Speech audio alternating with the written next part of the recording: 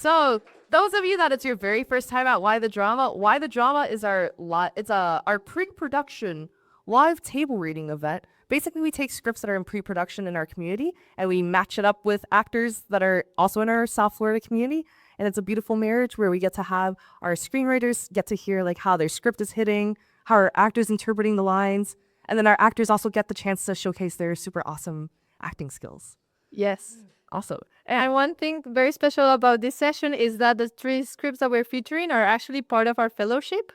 So we are doing a feature film fellowship with 12 scripts, and these are the first three. So yeah.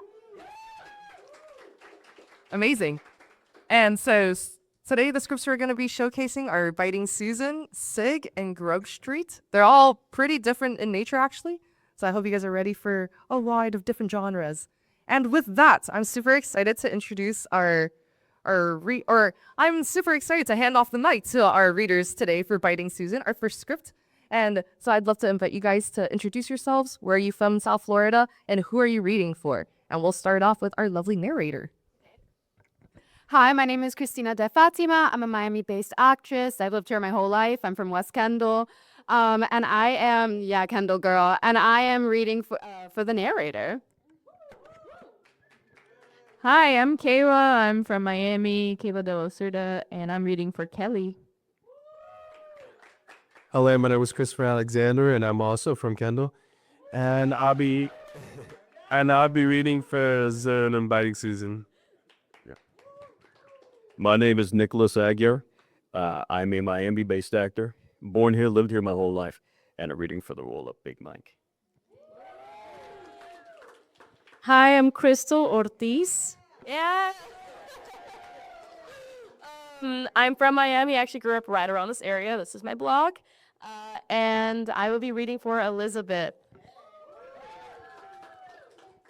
Hi, I'm Axel Von Schurak, and I'm from Miami, and I'm going to be reading for Ivan. Hi, I'm Elena Vasu. I'm currently located in downtown Miami, but I'm originally from Eastern Europe, and I'm going to read for Loretta. Hi, my name is Vera Goldman, and I'll be reading for Susan. I'm from Miami as well, Sunny Isles area.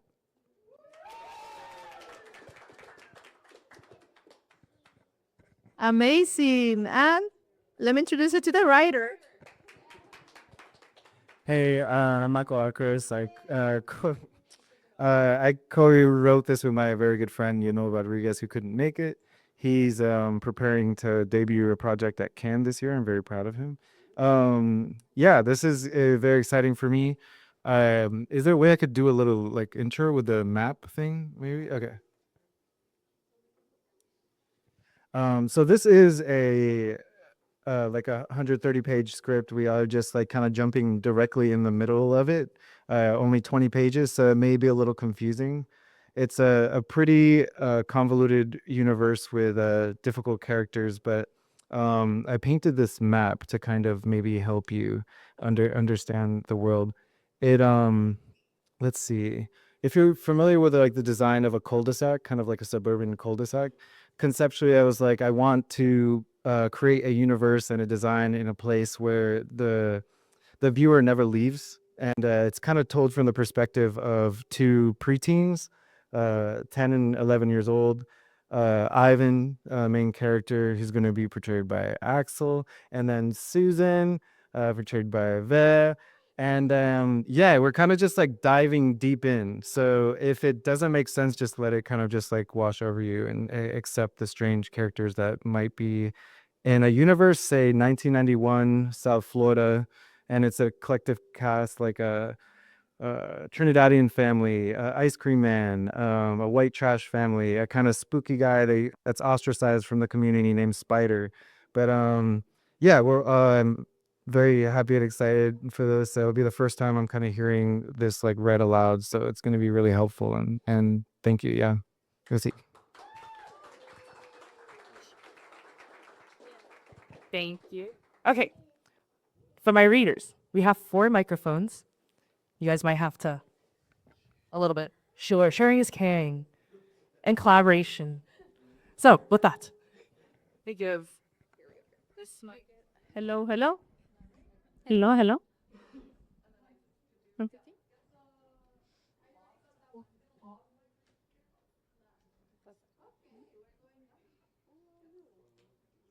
Swap. Ida. We'll share this book page. Zip them. Good. Study. And the. See. Don't share same microphone. I would share with you just because of words. Hello. See. Check, check. Mic check, mic check. Mic check, mic check. Mic check. Okay. It works. Go. Fantastic. All right. And with that, You want to hold it? we're introducing Biting Susan.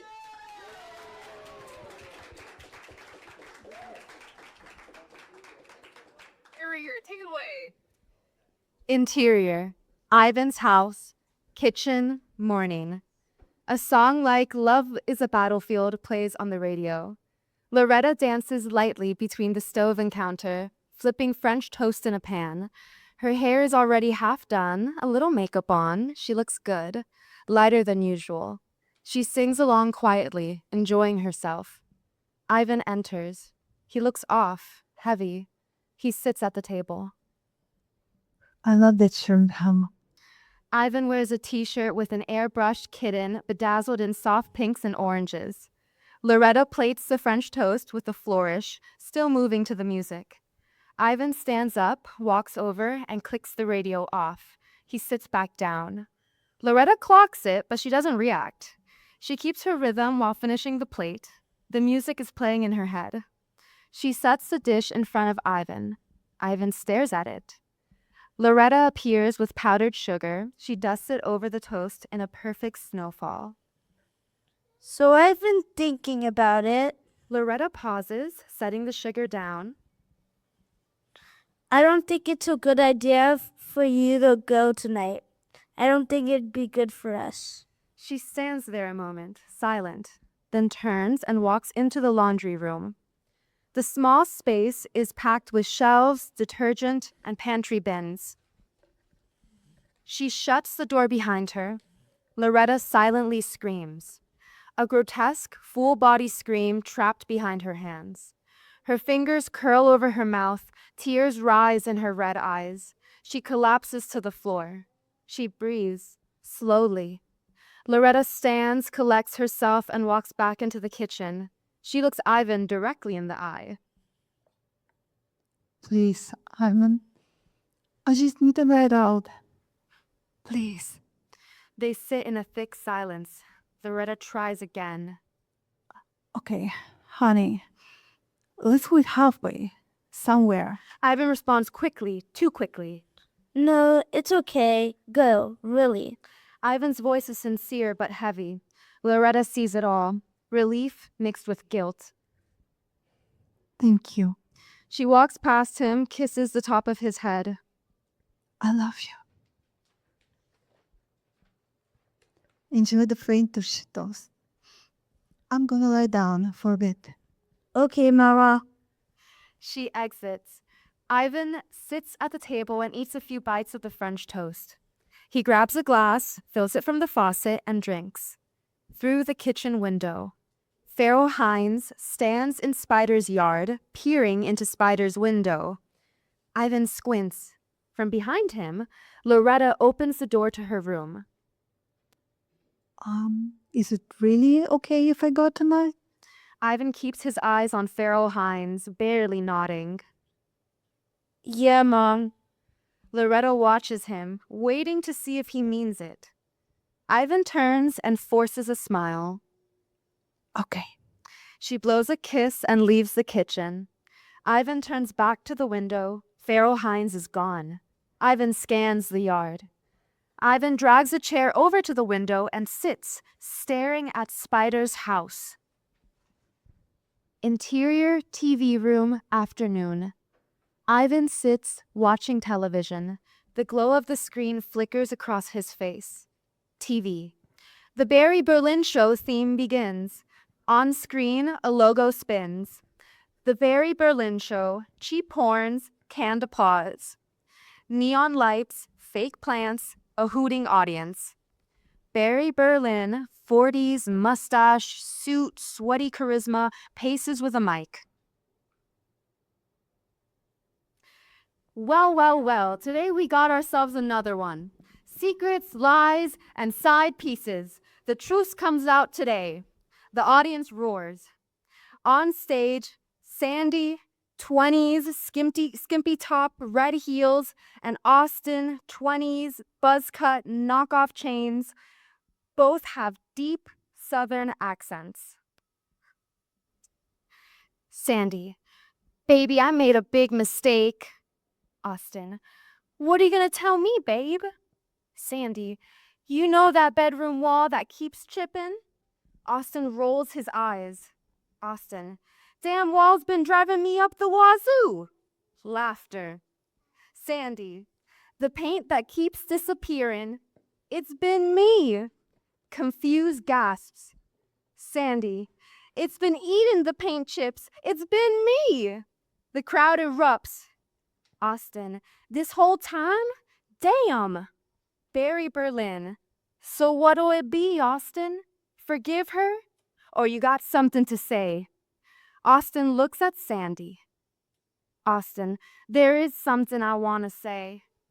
I've been beeping your mom. The audience explodes.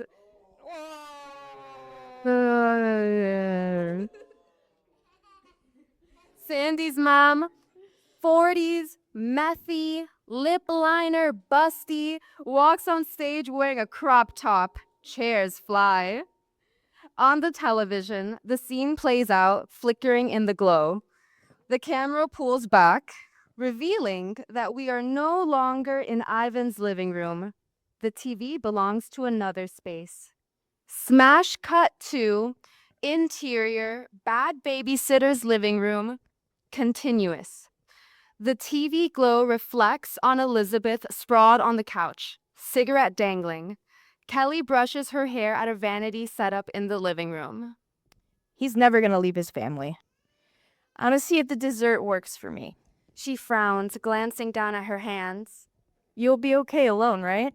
Another roar from the television audience. I'll be fine. Kelly slips on flip-flops. Exterior, bad babysitters, evening. They step outside. Elizabeth is barefoot as she holds her stomach. I'm gonna get rid of it. Really? Damn. He's a child. He's a fucking child. They pass Spider's house. Elizabeth sings in a taunting whisper, hunching her back. Spider likes. Clap, clap. Spider likes. Clap, clap. Spider likes. Clap, clap. Kelly joins in with a louder verse, both bobbing their heads.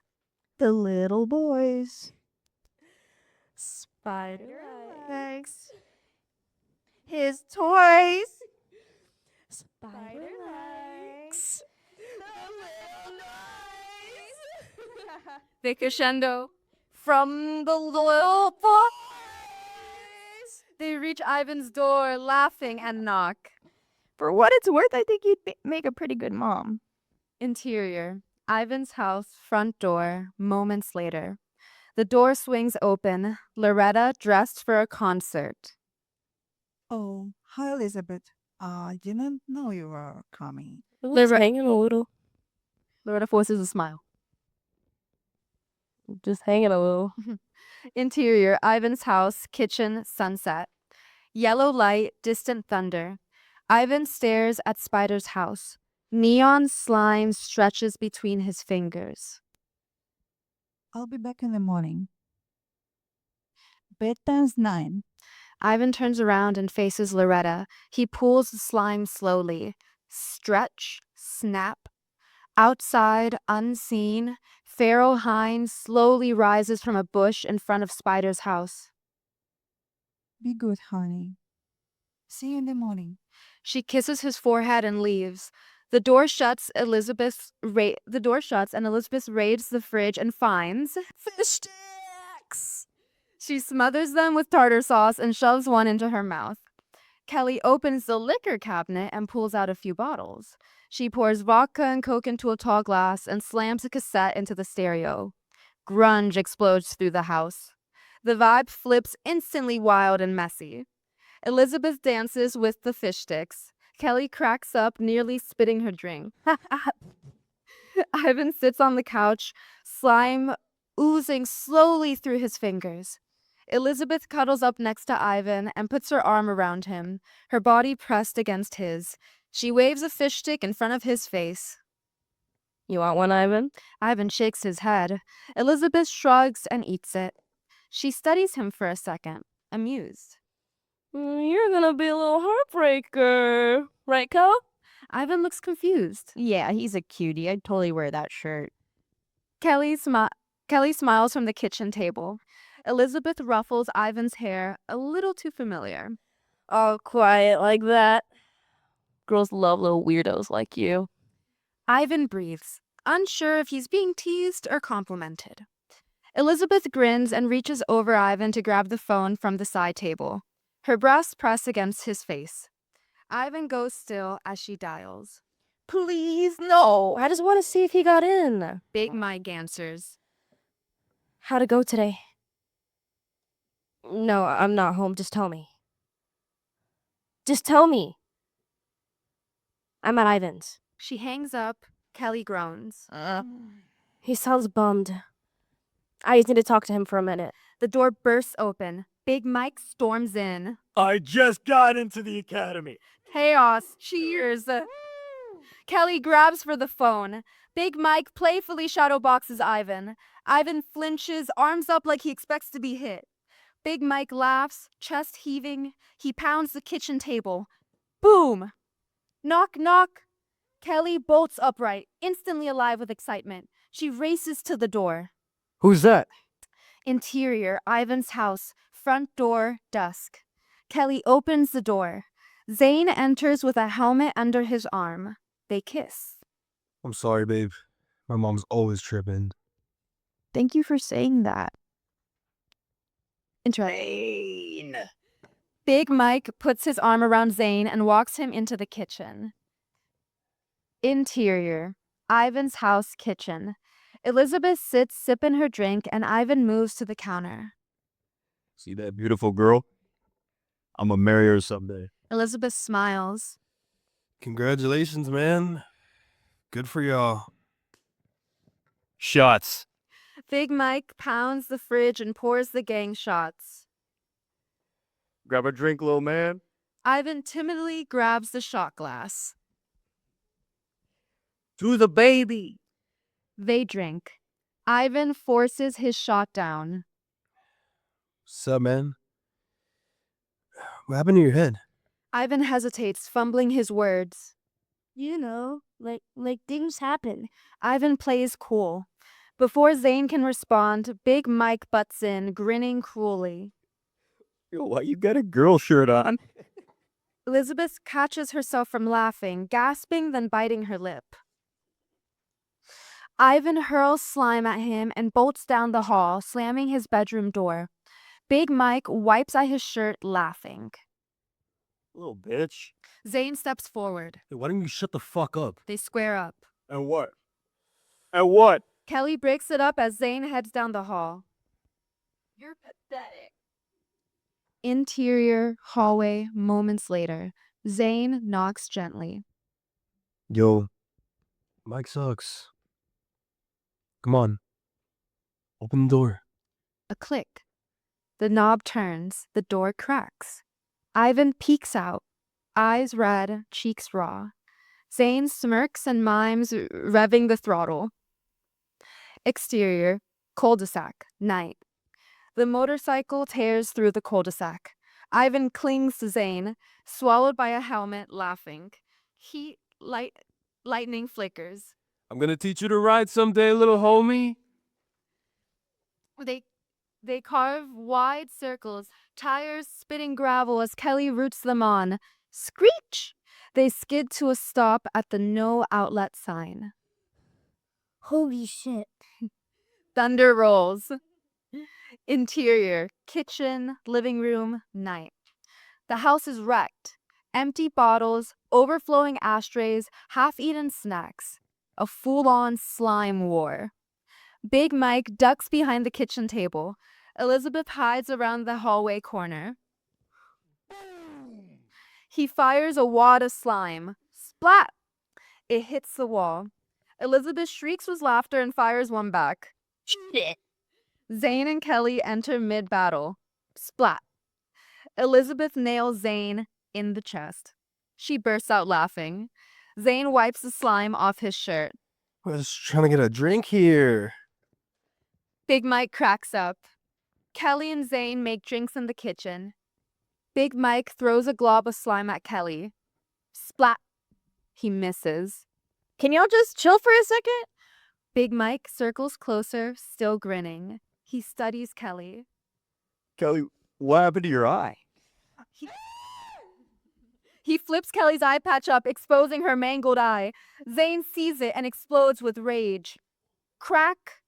Zane punches Big Mike. Mike slams into the counter. A glass tumbles. Smash! Elizabeth steps back. Crunch! Broken glass slices into her foot. Fuck! Blood dots the tile. Big Mike sees it and instantly switches. She's bleeding. Everybody stop.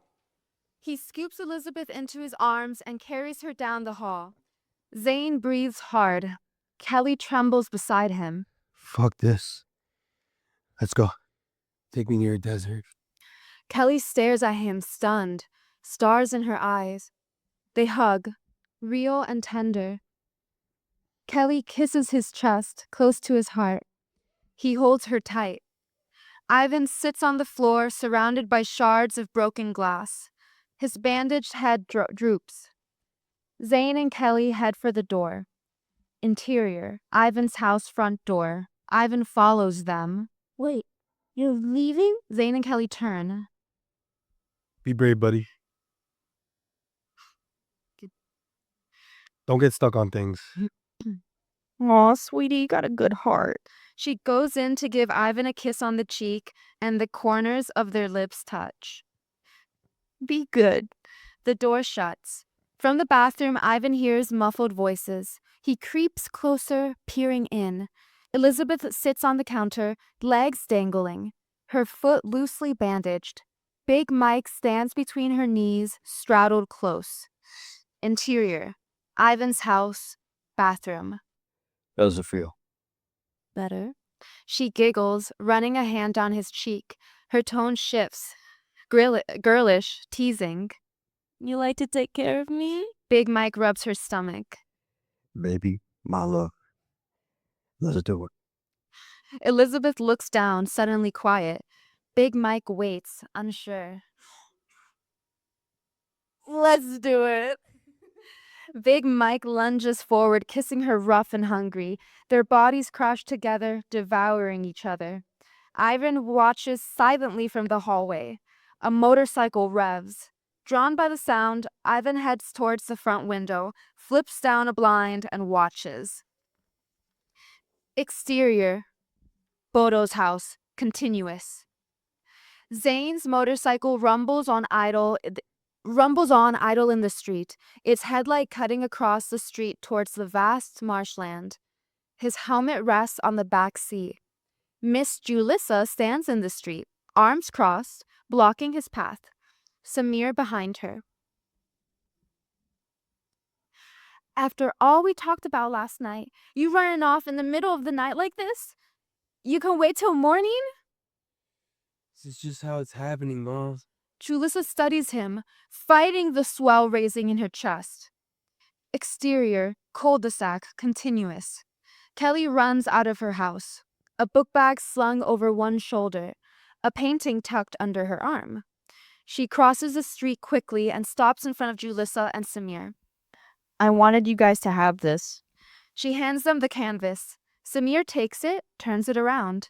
The painting reveals Zane on his motorcycle, balancing like a ballerina as he rides. Elegant, ridiculous, beautiful. Samir lets out a quiet chuckle. Julissa stares, stunned. girl. Kelly smiles nervously. He's graceful. Miss Julissa exhales. The anger drains. Samir takes the painting gently. Kelly grabs Zane's helmet, puts it on, and climbs onto the motorcycle behind him. Her arms wrapped tight around his waist. Samir rests a steadying hand on Julissa's shoulder. A distant thunderclap rumbles. Zane twists the throttle. The engine roars. Love you. I love you, my son. The motorcycle pulls away into the night. The headlight fades down the street. Julissa leans into Samir's chest as her composure finally breaks. She sobs quietly into his shirt. Samir holds her. The wind stirs through the trees. In his other hand, the painting of Zane flutters softly. Interior, Ivan's house, living room, night. Wet, unsettling sounds from the TV room. Ivan peeks. Shadows rise along the wall. Elizabeth is on her knees, her face twisted. The couch grinds across the floor. Ivan's eyes widen. He doesn't fully understand, but the violence of it makes his stomach churn. Elizabeth makes a noise, part scream, part laugh, part something else. The shadows flicker again. Big Mike's massive hands are pulling Elizabeth's mouth apart like a grotesque puppet. Fuck. Yeah. Ivan walks out the front door. A faint tap, tap, tap cuts through the warm evening air. Exterior, Ivan's house. Flap, flap, flap. In the rose bush, a royal walnut moth impaled on a thorn. Its wing flutters in a jagged rhythm. Flap, flap, flap. Ivan stares, transfixed. The flapping syncs with the sounds of Big Mike and Elizabeth having sex. Exterior, cul-de-sac, night. The neighborhood hums with crickets, distant thunder, and the muffled sex sounds of Elizabeth and Big Mike. Ivan wanders, thunder in the distance. At Spider's house, a faint blue glow flickers from the window. Flash images. Susan convulsing, Sandy chewing paint chips, Elizabeth's mouth being pulled open. Tarpon scales glint in the water. First-person perspective viper bite. Exterior, Cookie's house, continuous. Cookie smokes on her porch. You hear that? Mama's boy in there. He's an animal.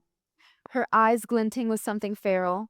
Ivan runs toward exterior, cul-de-sac, treehouse. The tree, chest heaving, climbs halfway up. Flaky Joe. Where's my page? Zap! A flicker reveals a ghastly face. His eyes flash white. His mouth opens. Ah! Blakey Joe laughs in the distance. Ivan runs, jumps a fence, and vanishes into a backyard. Exterior, ice cream man's house. Backyard, continuous. Moonlight washes over the green pool and grimy backyard. Dark. Deep synths swell louder. Ivan creeps into the yard cautiously.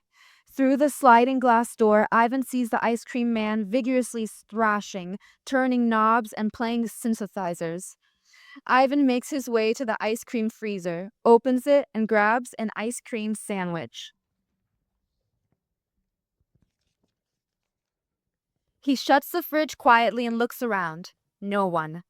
He slips behind a stack of metal shelves and crates, sits carefully, unwraps the sandwich, and takes a bite. Relief for a moment. He glances up across the pool. A soaked and rotted version of Francisco, Ivan's dead father. Skin gray, eyes hollow. Water pours off his body back into the algae-ridden pool. Ivan drops the ice cream sandwich. Splat. It hits the ground. Cockroaches scatter.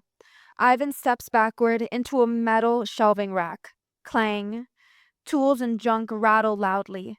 Click. The porch light flicks on. Ivan dives behind the shelving rack. Francisco is gone. The back door opens. The ice cream man steps out and scans the yard. A louder synth drone hums from inside the house. He grunts softly to himself. Ivan holds his breath. The drone swells. Then he shuts the door. The drone muffles. The porch lights snap off. Darkness returns. Ivan slowly peeks out from hiding. The algae pool sits still. Exterior, cul-de-sac night. Ivan sprints in profile from the ice cream man's house toward the no outlet sign at the mouth of the cul-de-sac. Across the street, an endless stretch of mangrove-filled marsh. He doubles over, gasping. Laughter reverberates into the night from Meg's house. Exterior, Meg's house, backyard pool, moments later. Ivan peers through the slats of Meg's fence. Meg hands Loretta a beer. They strip and dive into the pool. Rain begins, light at first. You're beautiful. They play, embrace. The rain builds, steady now. Ivan stumbles back from the fence, breath shallow, his face shocked and confused. He turns away, moving down the street as the rain comes down harder. Exterior cul-de-sac night. Rain pours. In the distance, Susan walks towards him, drenched, defiant, and her hair plastered to her face. No words. They kiss. Let's go to the shed. Interior, Ivan's house, backyard, shed. Pitch black. Rain hammers the roof. Flash, their hands brush. Flash, their hands meet. Thunder rolls, black.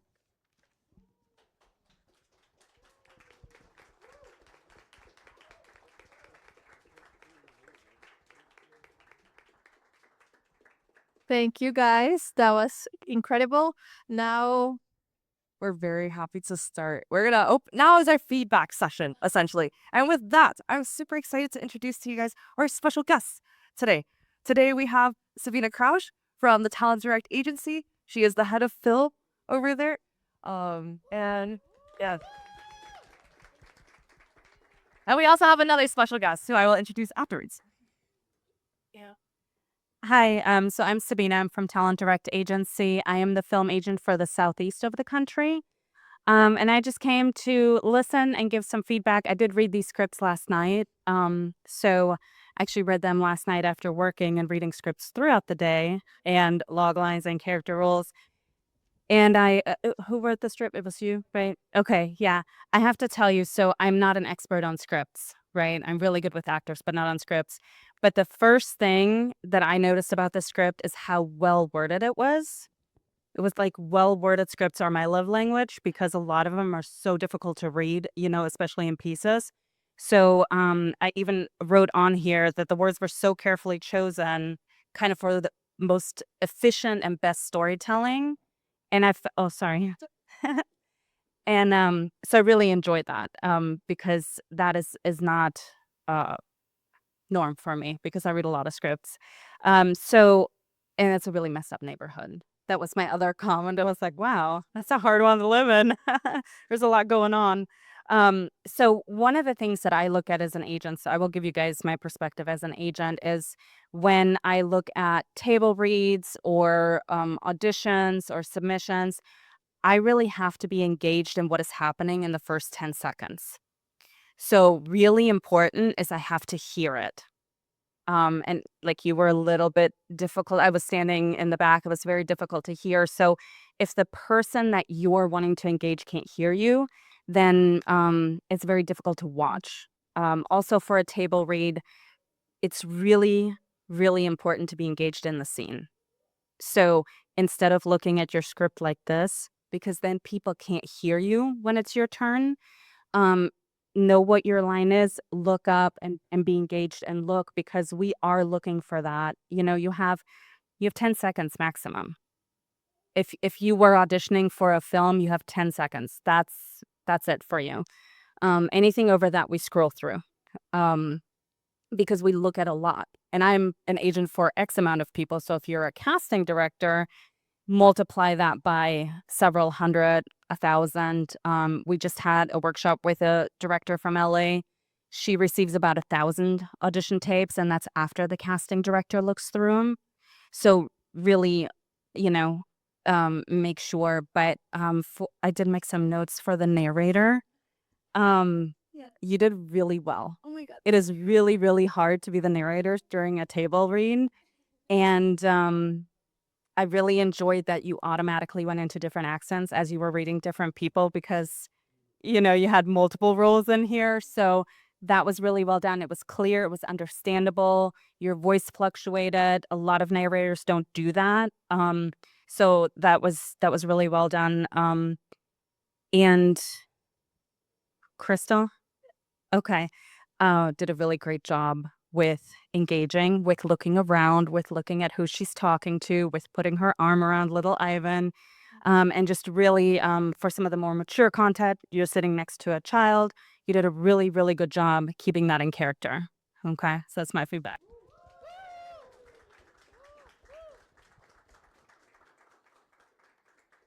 Thank you, Sabina. And then the other special guest of today is our very favorite local industry actor. He's an actor, performer, and writer, Blake Jenner.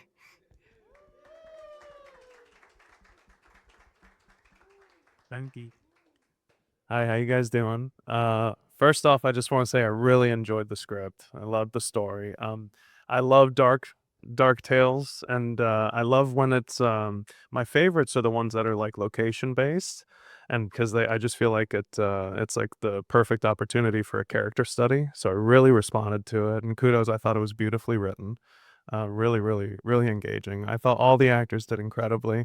The stage directions, I think that's like the hardest job with things like this, and you kept it moving, and you gave it a character itself while also poking in and playing different characters. So kudos.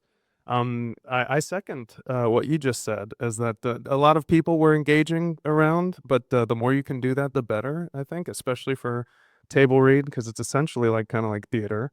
You're delivering the story to the people right in front of you. So you were great at engaging, making him feel comfortable. You killed it, man. I love watching your. No, yeah, absolutely.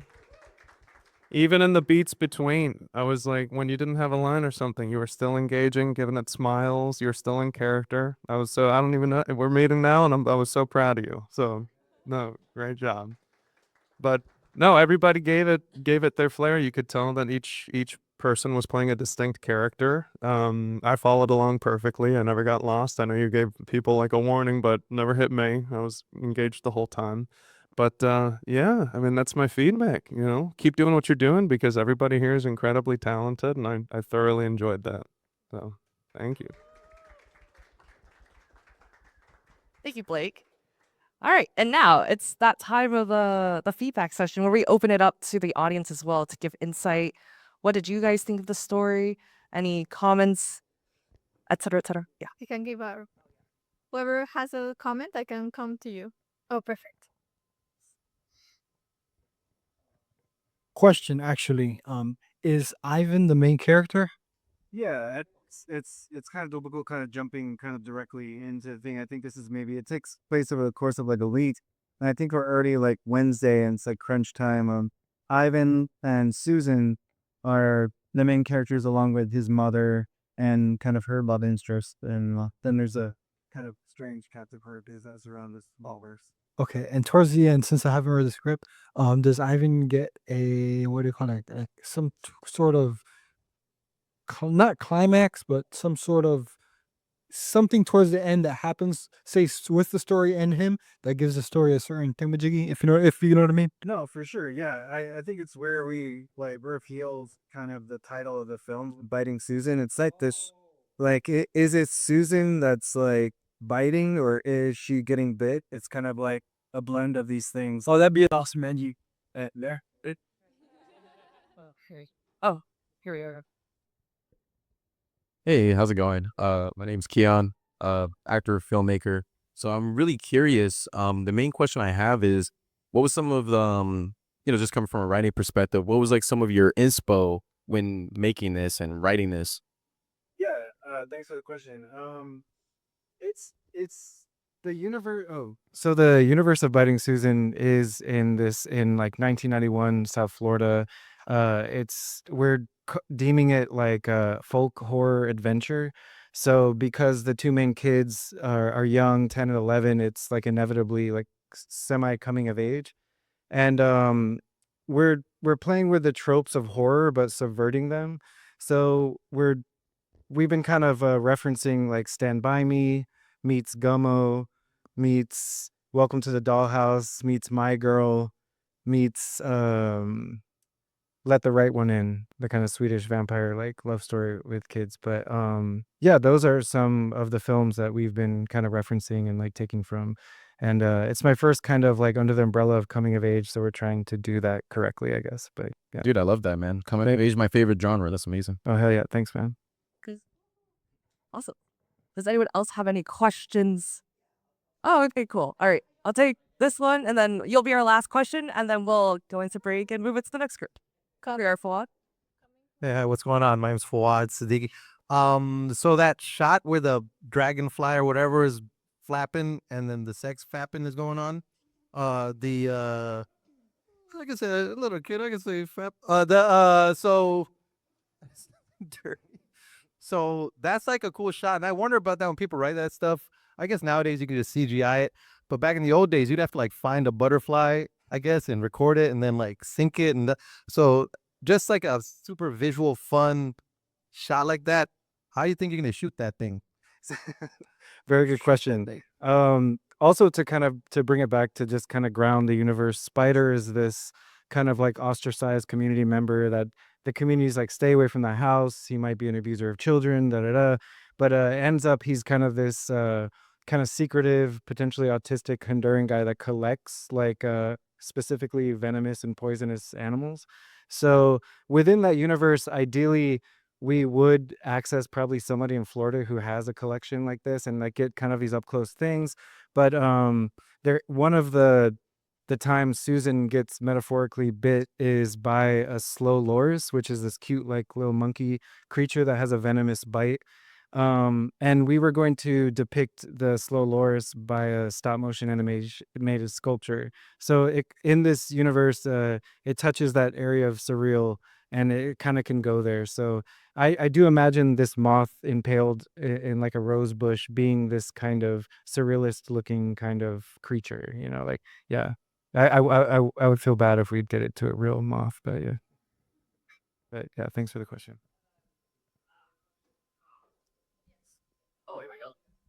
Hi there. Good morning, everybody. Yeah, brother.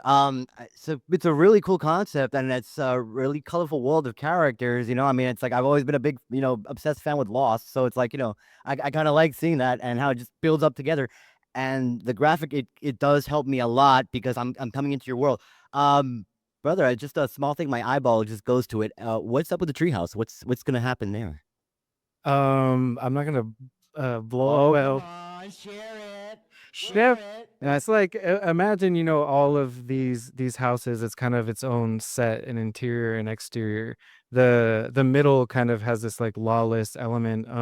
A character that we weren't really introduced to is like the neighborhood's kind of like sociopath. It's this little kid named Blakey Joe, and it's kind of his domain. And his older brother is Big Mike, this kind of bully, and his mother's Cookie, this kind of deranged like sun-worn kind of cigarette smoking, wine drinking like at 2 p.m. kind of lady.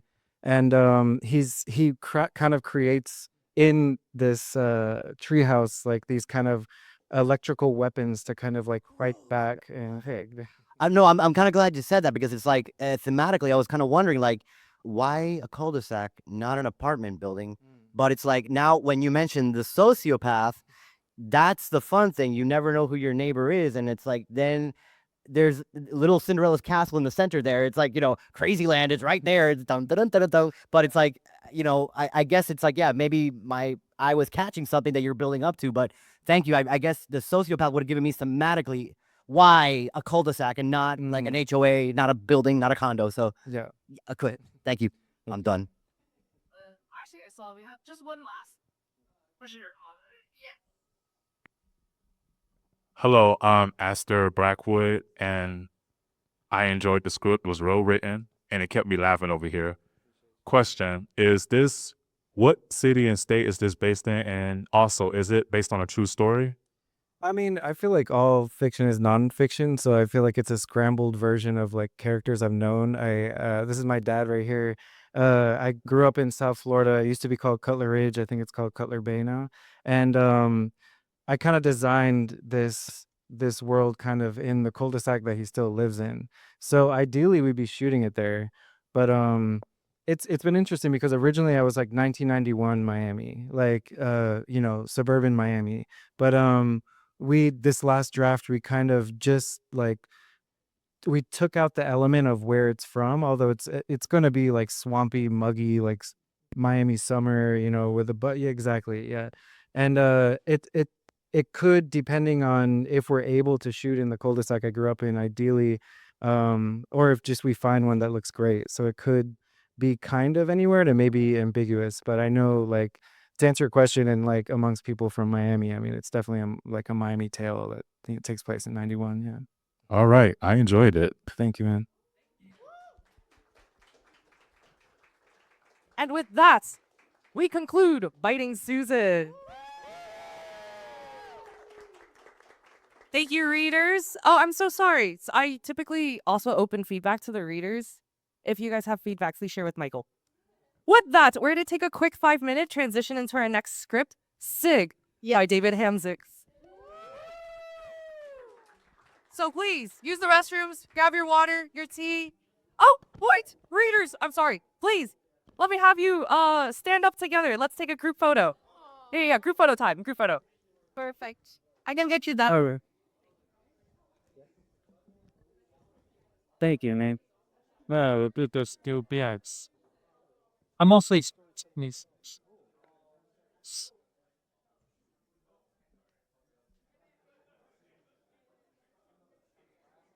And then Michael? Yes.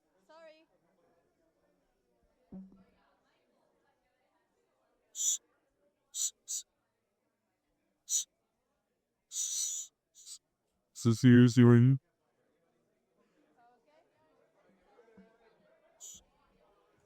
Okay, guys, ready for the picture?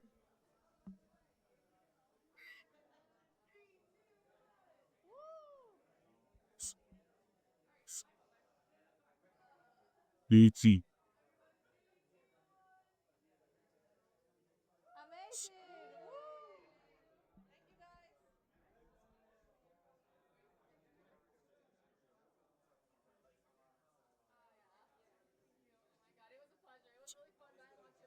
Good job, being ready, sister.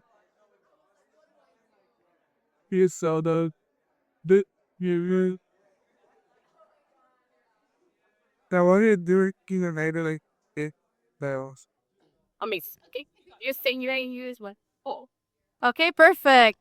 You want it? I think she's got. Yes, that's yours. Settle simmer. Settle simmer, I like that. Okay, settle simmer, don't boil. Well, Okay, perfect. So, hi everyone, we're back, and this is Sig. I want to introduce the talent. So, please. hi, I'm Yasmin Pacella, Pacella with Cella, and I'm going to read for Tracy. Hello, everybody. My name is Rick Massey. I'm West Palm Beach maintenance man professional living in Jupiter, Florida. I'm reading a role of Rick. Thank you. Hi, my name is David Hamzik. I am also from, where are you from? West Palm. West Palm. And I'm reading for the role of Liam. And I wrote this thing, Sig, and I'm going to read as well. Hi, my name is Christina De Fatima. I'm a Miami-based actress, and I will be the narrator. Now, let me see if I not drop it. Art and with See what happens. See what happens.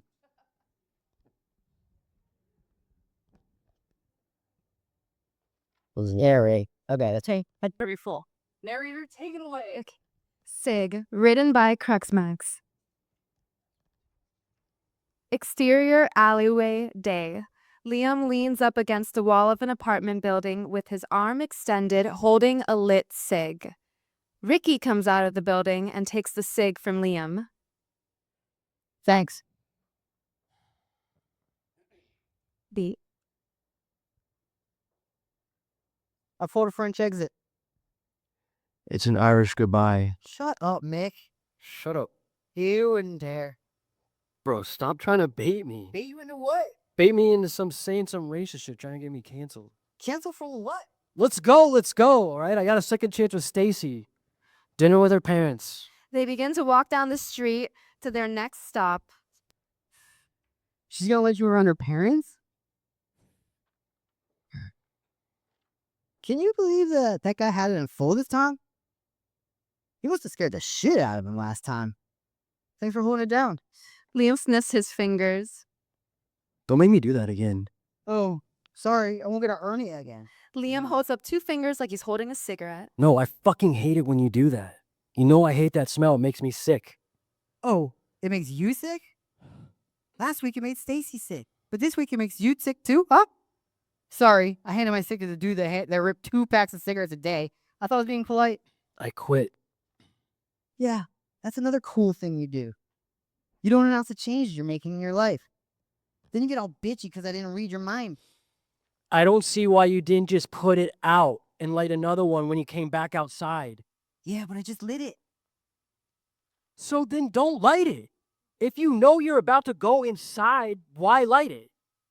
Look, man, I already stopped smoking in the car because you're enough about some rich girl.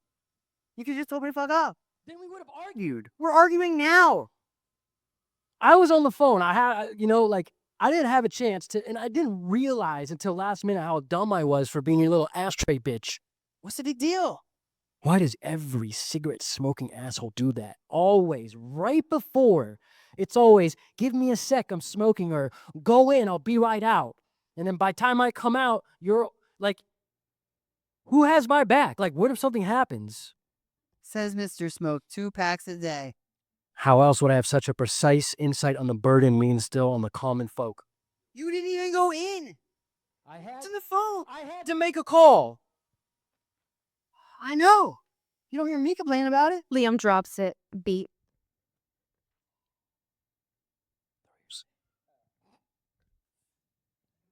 There. Happy?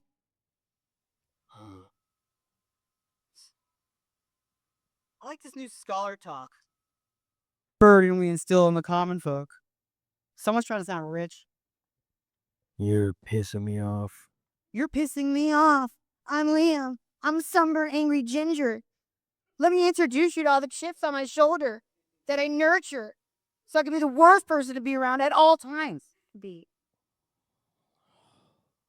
It never does. What? Happens. Nothing ever happens. Since you killed that guy 3 months ago. Shut the fuck up! Calm down. What's wrong with you? Calm down, dude. Nobody can hear me.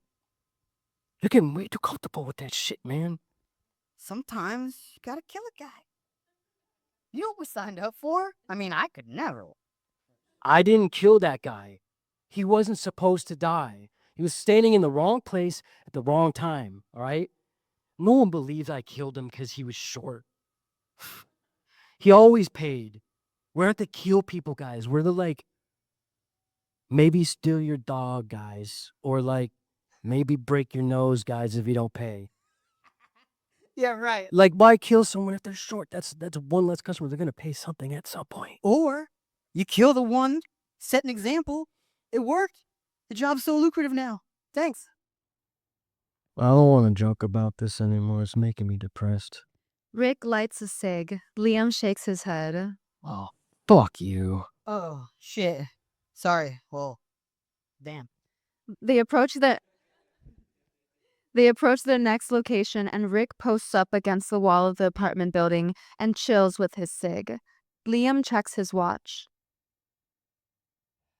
I'm downloading Rosetta Stone for French. No, Spanish. I don't know. I'm not a ginger. My hair isn't that kind of red, and I'm not sunburned. I do tan more than burn. Dog, you're the palest person in my circle of people. You're like porcelain. That doesn't mean I'm burnt. I'm not that pale. Yeah, you just have an overall burnt look to you. All right, we're wasting time. Liam starts to go in. You know what this job is? We're both supposed to go in. What if something happens? I made one phone call. You smoke every time. Put it out. I don't like wasting cigs, man. And that one phone call is about to become an every time phone call. I know, look. It doesn't even make sense if we both go in. This shit isn't even like Scarface.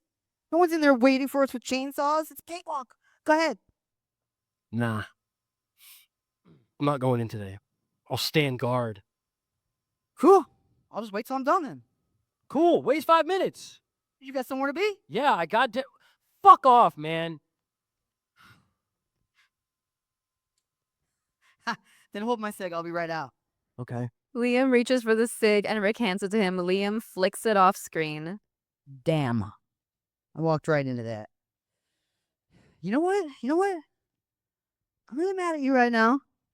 But it's cool. I'm not going to make a big deal about it. Liam smells his fingers in disgust and tries to wipe them on the wall. You did it to yourself again. Rick enters the building.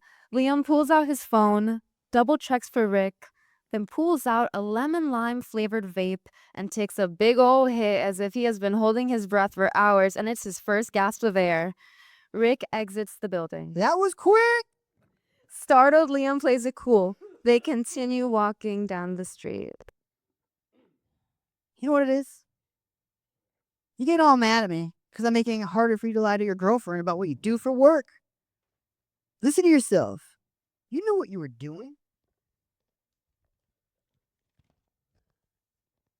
You could have held my cig. You held my cig because you wanted a reason to be a dick to me all day. It's a test. Yeah. She thinks I'm not going to make it. And then she'll have a reason to leave me. I could think of like a dozen reasons for her to leave you right now. Also, if I can make it, which I will make it, I can't show up smelling like a halfway house. She's too good for you, man.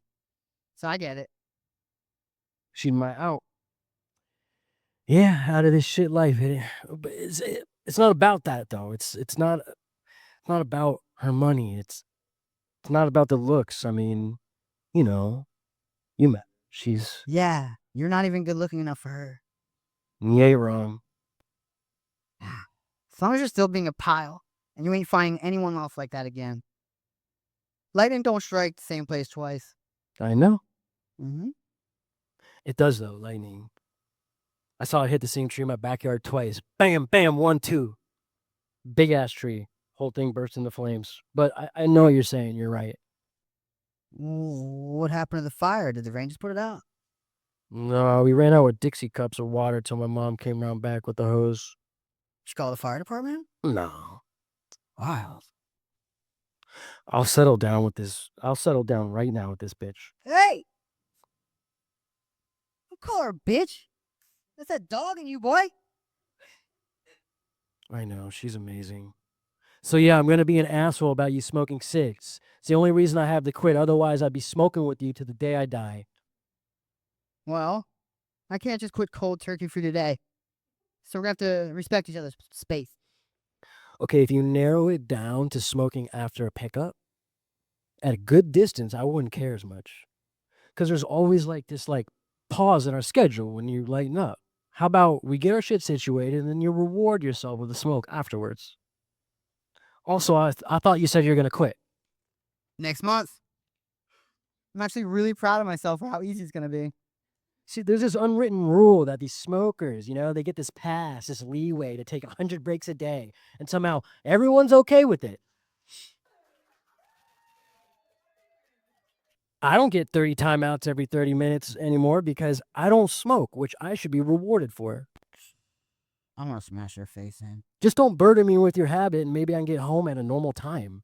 Get a normal job if you want to get home at a normal fucking time. Exterior ice cream shop moments later. Rick buys a giant ice cream cone and the boys continue on their way. So what exactly is? She thinks you're cheating? Fuck off. Well, are you? No. Honest to God, I'm not. I mean, how could I? I'm always with you. Then what are you worried about? You, let's go, man. We got 4 more pickups and it's getting late. Rick throws his entire ice cream away in the bushes next to them. Is there anything else I can do to help?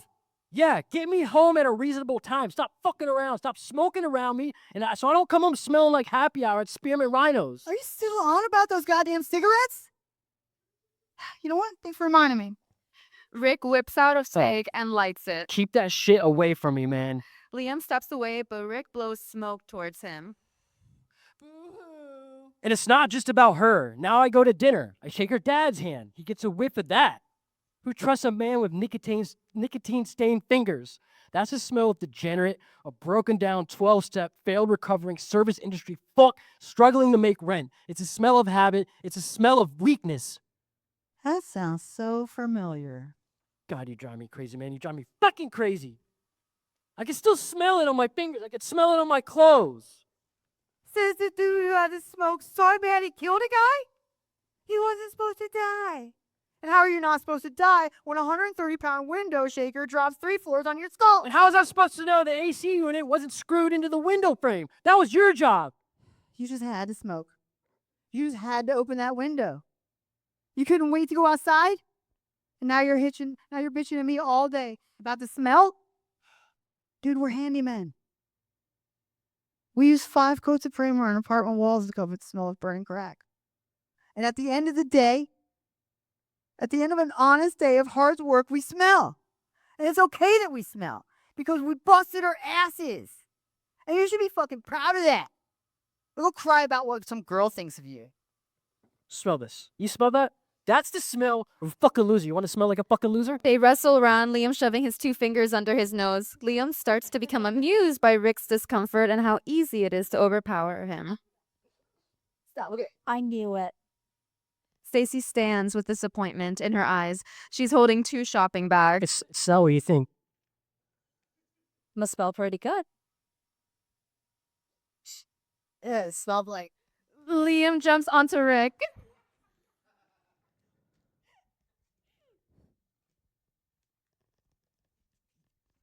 And end.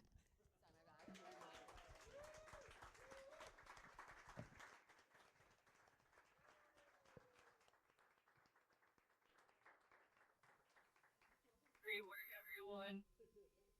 Amazing work. Great job, guys. And now it is that time. We invite back Savita Crouch to get back her industry feedback. Here we are, Savita. Thank you. All right. So I actually, when I read this last night, I had a really hard time with it. Hearing it today helped a lot. And that's what table reads are for. Because when I was reading it, I made a lot of notes on it about the way it was written grammatically. And for me, when I'm submitting an actor to a script that is written a certain way, sometimes I won't submit. So that was a big deal for me. But then I heard it and I thought, well, that's kind of funny, actually. And the whole cigarette thing came across very different than it does in writing than it does hearing it. So because last night I was thinking, what is this, right? What is this about? I couldn't even grasp it and I might have been tired. But hearing it today, I actually heard the backstory that I didn't read last night. So I think my only feedback would be to brush it up a little bit in the way it's written grammatically so it's easier to read for somebody who wants to fund you or somebody who wants to put an actor in this or, any industry professional that wants to participate in this. Rick playing Brick? Okay. I would watch your entire audition tape. Amazing. I would not just watch 10 seconds. If it were a minute and a half, I would have watched the minute and a half. And I very, very rarely do that. We should talk. But it is very difficult to catch more than that 10 seconds. And it was very funny, which I didn't perceive the script as funny initially, right? But it was very funny. It was very engaging. Both of you together, I don't know how well you know each other, but it worked really well. And that helps, And when I read the script with your line last night, I was like, oh, she's going to be really angry and really loud, right? So this was a very different version of that, which I really liked. And sometimes that's what you have to do, right? Because as an agent, I would have been like, okay, I'll submit like 5 people to this. But after hearing it, I would probably submit more. Okay. And so that is something that you want to think about as you're auditioning as an actor for this. Even the one line that Yasmin had, you can make it on that one line, right? Like she probably would have made it on that one line because most people would have delivered that differently. But yeah, so I guess that's kind of my feedback. Thank you very much.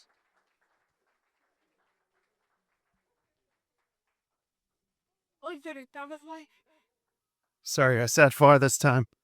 Wait, first thing, who's the writer of this? Oh, Dude. Thank you. Dude, so good. So good. No, I loved it. I mean, I'm not just saying all that. I've really loved everything so far, but I love this. I love how it was like, I don't know if you'll get this. I mean, I'm sure you will, but it's almost like written through like a Linklater-ish type of lens. It's like these like two knuckleheads. It's like their moral philosophy on like life and relationships. And these like, you pluck these two characters, probably so a couple dudes that you maybe walk by, but you get to kind of dive deep into their minds and like their souls, which is very, very interesting. And they're both actually very intelligent and very hilarious. And I loved every single bit of it. And I was gonna want, are you both attached to this to do this? Because you're both incredible. Oh well, you're both in. Yeah. A lot of it's based off of like just us know our friendship for like the past couple for like 10, 12 years. Damn, then walk. That's like 5 years. I was born in Space Shop open. Okay. So yeah, we walked around this neighborhood called Northwood that was basically like the Wild West. It's very kind of dangerous town, but like developing soon, and it was just this weird vibe, and just the whole aesthetic of it was like it just kind of sparked these ideas. We would walk and talk, and I'd be like, "You gotta." Yeah, no, you guys, well, first of all, you're like lightning, thunder and lightning together. I loved it. And the dialogue is just so rich, man. I was so taken by it. This is exactly the kind of thing that I would love to watch, both just for story, but also as like a character study and as an actor myself. I'd love to just dissect seeing you guys on screen and learn from you both. But yeah, it was wonderful. Thank you very much for saying. And Madam Stage Directions, you killed it once again.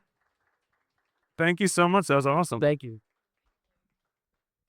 So I was going to just say one thing. What you saw here, that's a conversation that's woven throughout the whole film. It doesn't happen all in one go. But for the purpose of reading it tonight, I bunched it all together just for to get. There's a lot going on, so not get confused for the audience. Amazing. Thank you, David. And with that, we now open up the feedback to the audience. So, anyone questions, comments, concerns? Readers. Great. Cool. I got you a second. First of all of you guys did amazing. The dynamic between you two is just like hilarious. I love the quick jabs. I love I don't know if there was a little bit of improv thrown in there. It could have been. I don't know. Yeah. I feel like he messed up one line, and I just went with it. Oh yeah, mate, proud. I did. Yeah. Sweet. That sounds right. But it flowed super well, and both of you guys were super expressive and into it. Same thing goes for everybody else. I felt the story. So awesome. Thank you. Perfect. Coming your way. If they put this on Netflix, trust me, I'll be watching. Oh man. Thank you. I saw there. Well, we did make a lot of other shorts and comedy shorts that we're both in. We're in a group called I Am Sus. You can look it up on the internet. I'm in a lot. He's in a lot. He's been doing it for way longer than I've known him, but he discovered me. Thanks, Dave. Also follow us on Instagram and all that, because we try to make you guys happy and try to make you guys laugh in this crazy world. Just wanted to say I love the flow between the two characters. It was pretty nice. Thank you. Then I have another comment here. Any other questions? Oh, hello. It's a comment. I just want to just give y'all flowers. Such a funny short, but also just the richness of your relationship comes through. Now, if you would ask me, do we know each other? Like, yes, I can guess 10 years. Like, you can feel it in the way you guys talk to each other, the way you guys touch each other. Of course, as actors for a group of people, for a table read, it's so vulnerable to be, like, you don't have all the trappings, right? Of a theater production, of a film production, but also remind me a little bit of, like, Parasite, like the idea of a smell and, like, richness. Like, I really appreciate, like, that little, like, that detail and, like, also the bromance. Every story is a love story, and the love here is so obvious and so sweet that when that line comes in, it's kind of like she's just interrupted. Like, what's going on? So I really appreciate, the way you built these two characters to have a world where you respect their dynamic, and also you're curious about like what does a cigarette really represent in terms of like people growing up and growing apart, right? This idea of you're smoking, I'm not smoking anymore. Still, can we still be together? Basically. So it's a lot of really cool little details. I can only imagine being even more rich with the full. Yeah, and that struggle continues after when I leap on him, it jump cuts to us staring at each other across from a public bathroom, all bloody, and then we go into like more of maybe a more intimate argument there, where you'll see what happens if the movie ever comes out. Coming of life.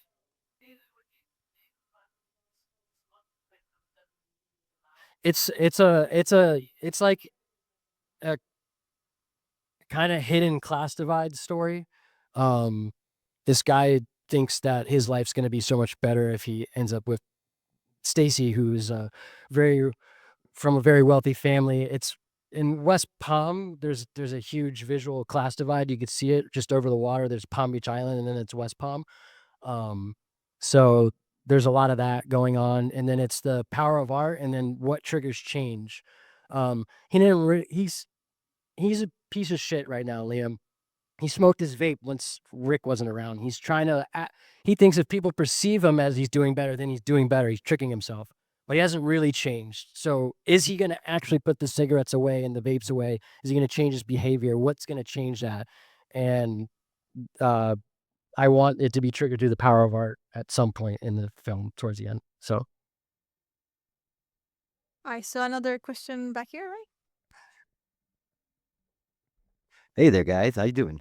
Brothers. Sorry, your names, please. David, and Rick, and Madame. Yasmin.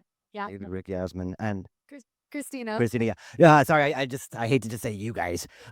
David, Rick. I mean, brothers. I mean, you guys brought it. I mean, it's just a delicious energy between the both of you.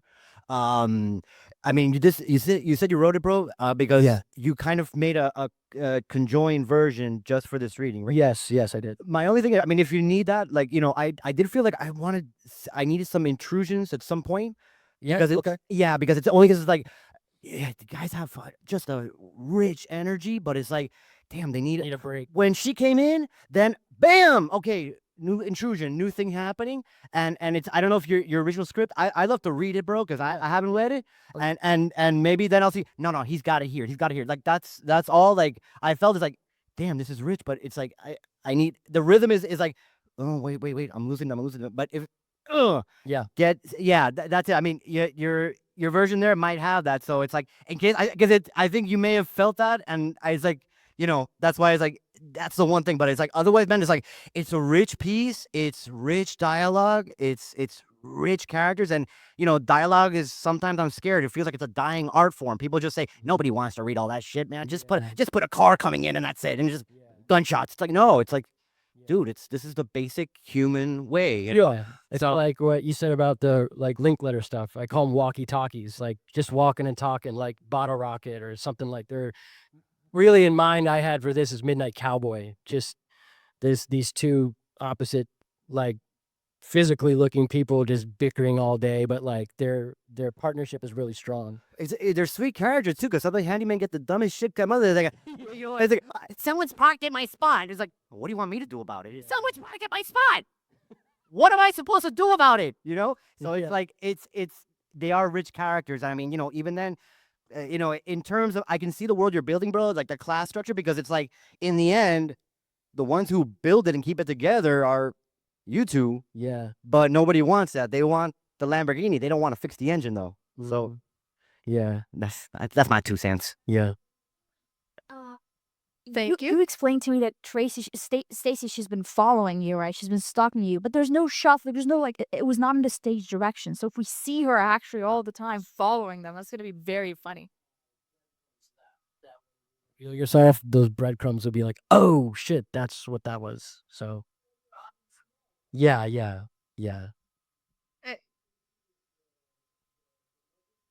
of Liam. That is awesome. The fact that the way this story is your wallet, they mentioned that She is also following the mentor. Yeah. Awesome. Cool. Cool. Any last comments, feedback? Yeah, she has more dialogue. One, David, it's good to see you perform again. I've seen you perform in a feature last year at Miami Film Fest, and Oh, we were amazing in that. And thank it's you. great to see you do it again. And another thing, I'm a sucker for entertaining dialogue between two people. Is one of my favorite things. I think you really hit it on the money with it. So your characters are very engaging. I never got bored of what they were talking about. It always led to another thing and another thing of what they were getting at. And I think that's a very challenging thing as a writer. And I think you hit it on the money. Thank you. So I can't wait to see how this project comes out. I'm excited for it. I hope you guys really do make it. And I like the perspective that you're coming from with West Palm, because I haven't seen a lot of people make a film in Florida based around there. So I think it's already unique in itself. It's a special town. You could also film in Miami, pretend it's West Palm in some places. For the Miami people. Perfect. Thank you, guys. No, just this guy. I found my Chris Farley.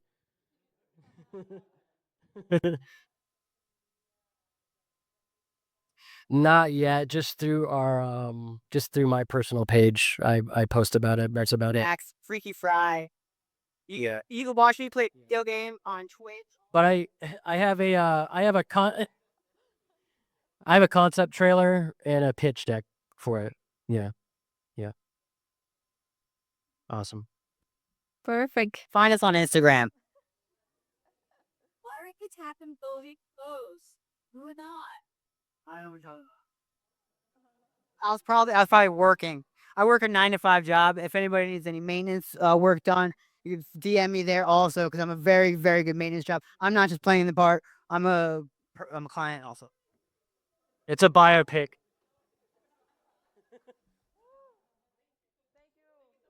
Thank you.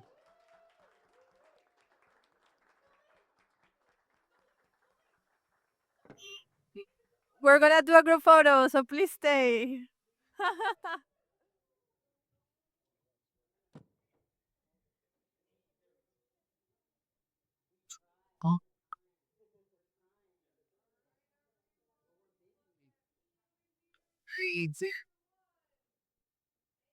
Oh, Mr. Okay.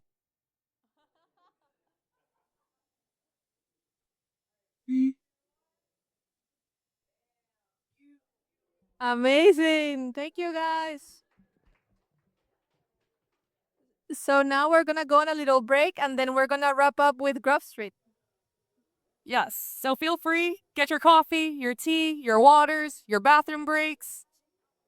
Talk to your favorite actors. And yeah.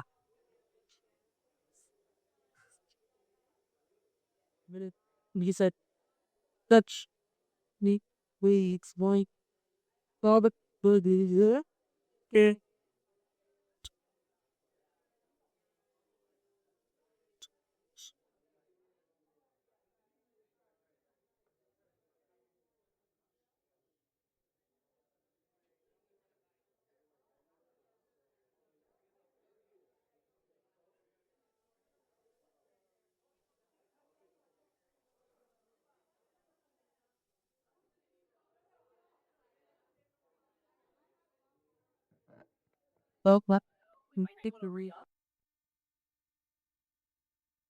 All right. We are going to be starting our third script, our final script of the day. Hello. We're going to be doing Grub Street by Scott Granger. And we have a wild card casting moment right now. We are seeking a male in his 30s. Any actors, readers, a male in his 30s. Amazing. Cast it. Nice to see you. All right, I'm going to get the script for you right now.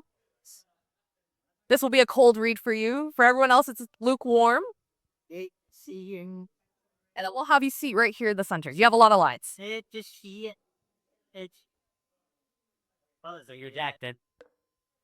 Ask Jack. Go. Sorry, you know we need. Jack. He's Jack. Okay. Here we are. Here's your script. What's going on? Amazing. All right. Okay. You can sit here. Vote is ready. Great. We have a very large ensemble for this script. Love it. Ensemble sound.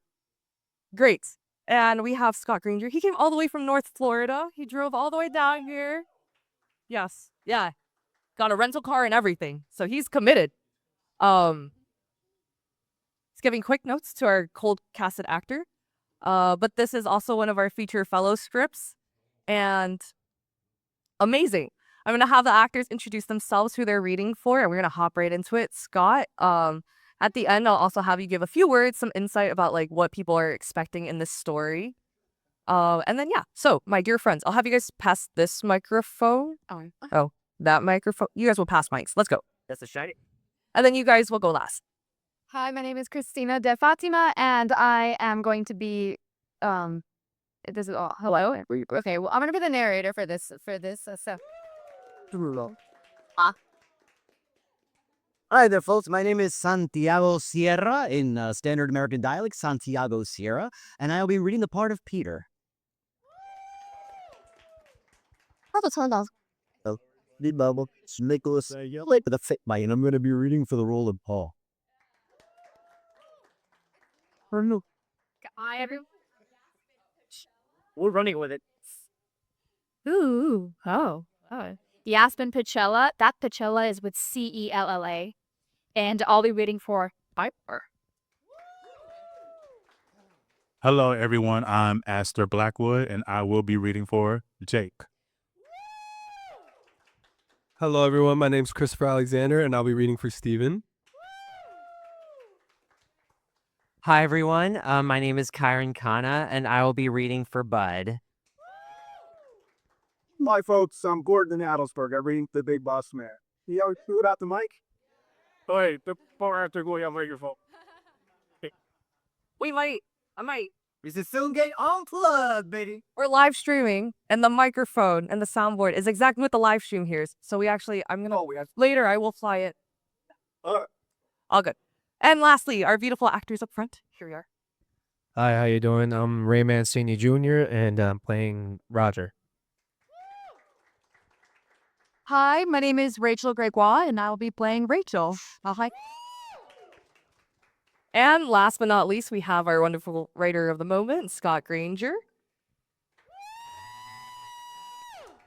Scott, would you like to come up to the front and give a few insights on what people can expect in this excerpt? Some background context.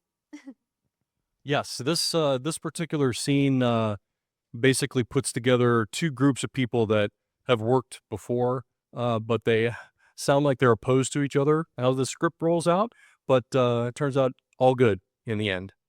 Woo!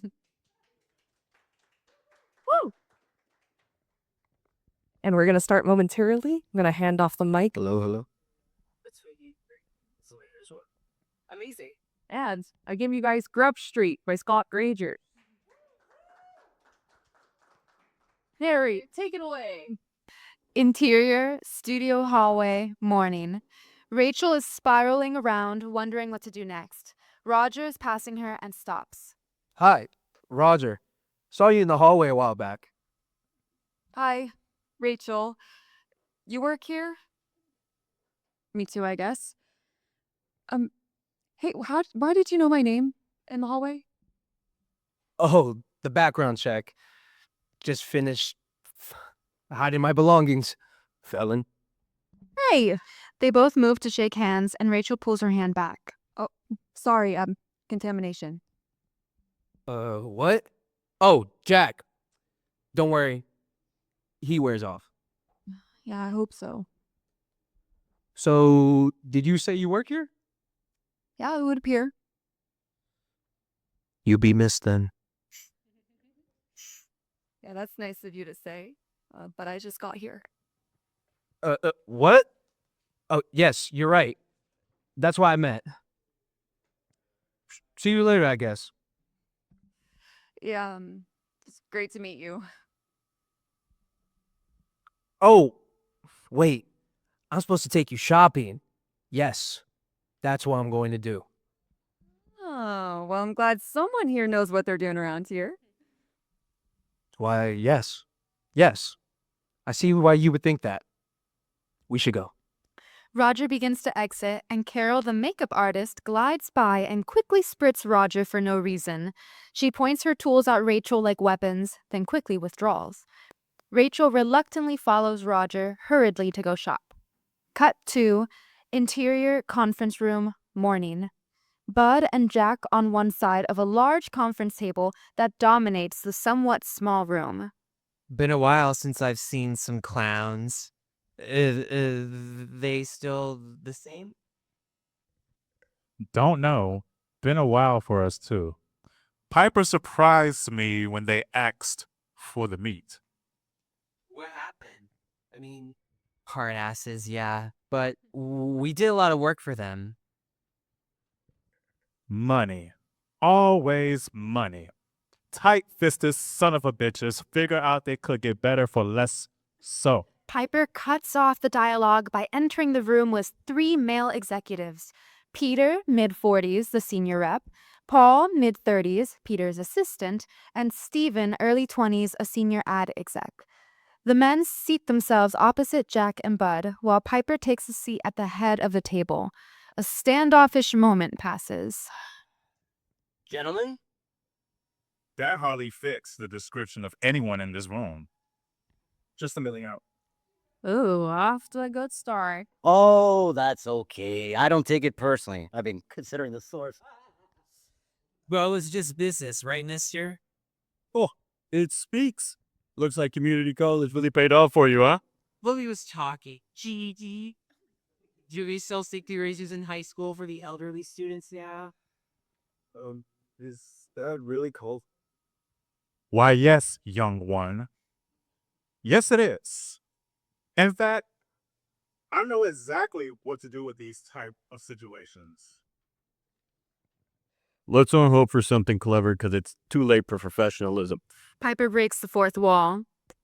Urine. Territorial urination. Jack stands up. Peter stands up. As do Stephen and Bud both raise out of their chairs. Stephen stays seated and looks for sanity from Piper, and she smiles at him. Okay, here we go. Are you sure this is really necessary? The 2 men stare each other down for a short eternity, and then they shake hands. Didn't bother washing my hand for this meeting because I know how filthy my counterparts here is. What are you doing? The tension lifts from the room, and there are smiles all around. Really, Bud Jack? Good to see you. Hey, bud. Gonna shake my hand or just let Paul have fun and books here? Been a long while, Peter. Paul, good to see you. Stephen looks back at Piper again. No, sir.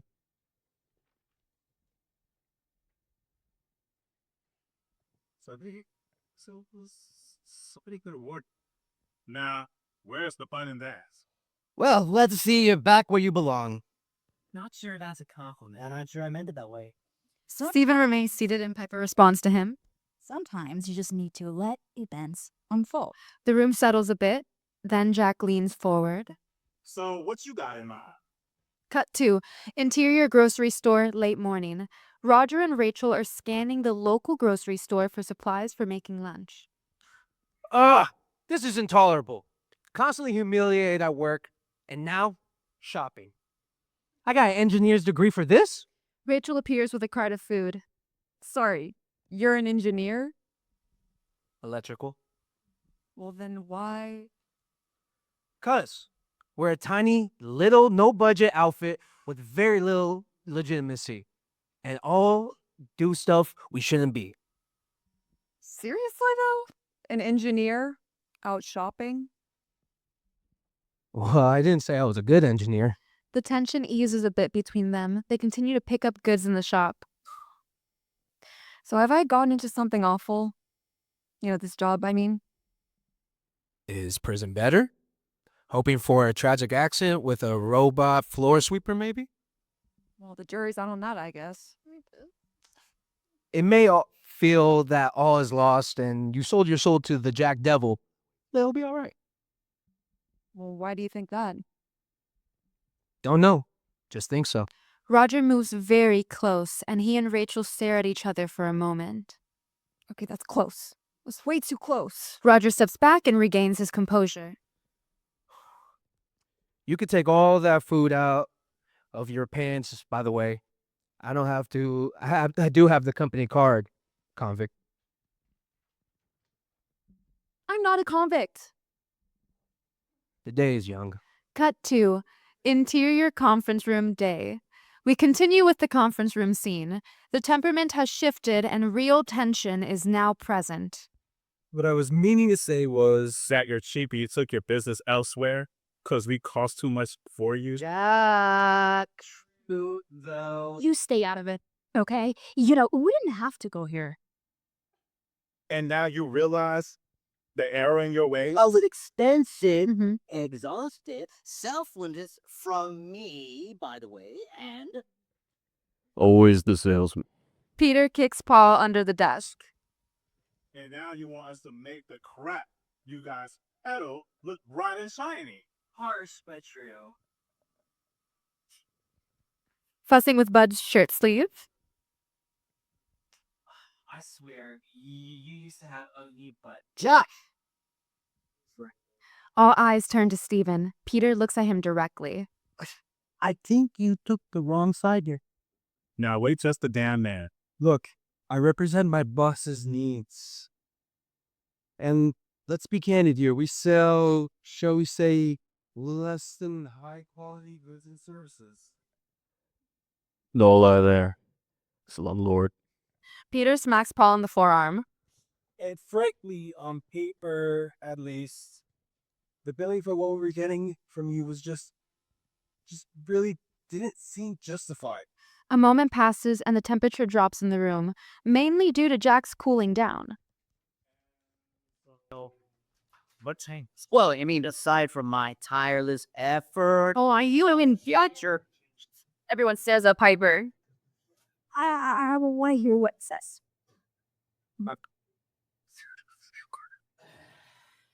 After some research and other facts.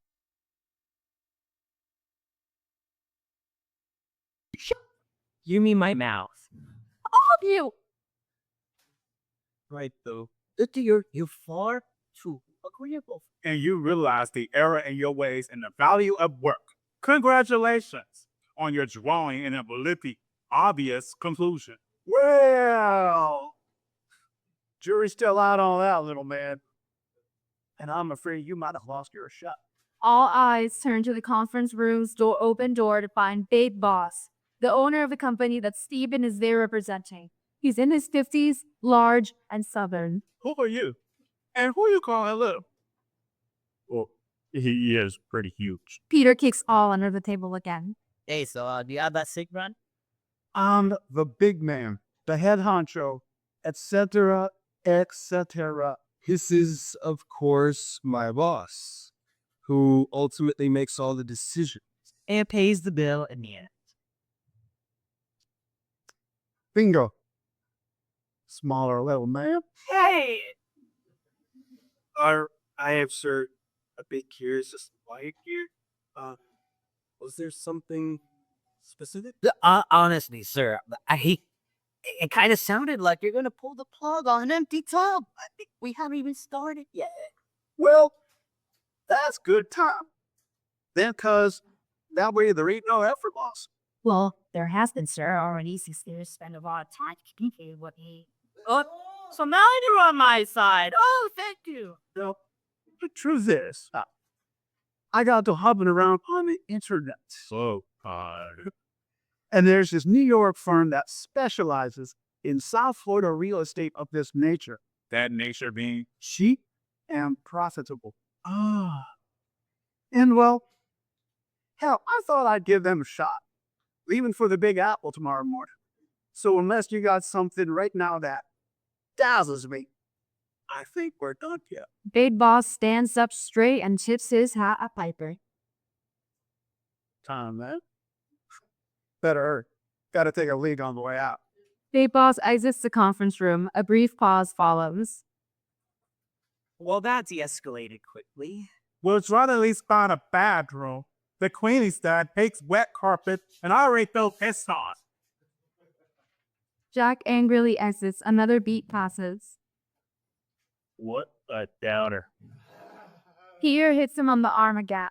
As Big Boss exits, he bumps into Rachel in the hallway. They try to get out of each other's way, keep bumping into each other. Sorry, I'm new and it's Well, that's all right, teeny tiny lady. But the little boy's room is calling me, and I'd best get there before there's an incident. Darling, we'll look for that. Big Boss hurries down the hallway as Rachel smiles and exits left. Carol follows him quickly, trying to apply makeup. Everyone is filing out of the conference room. Piper and Peter are side by side in the hall as they walk.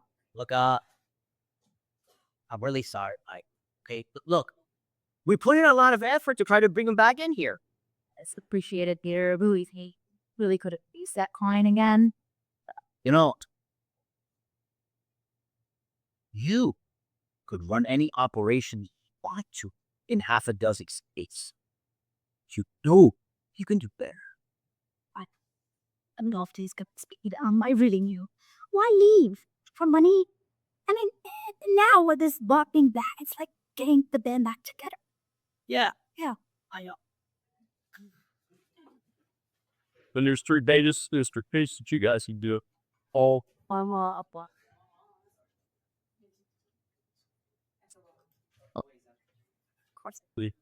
Yeah, sure. Those 3 pages now be together. Top page third. So, okay.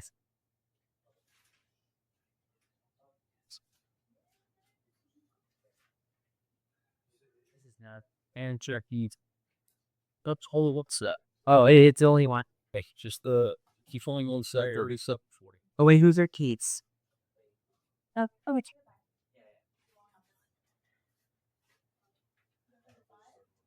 This is like a messaging fruit that I love this.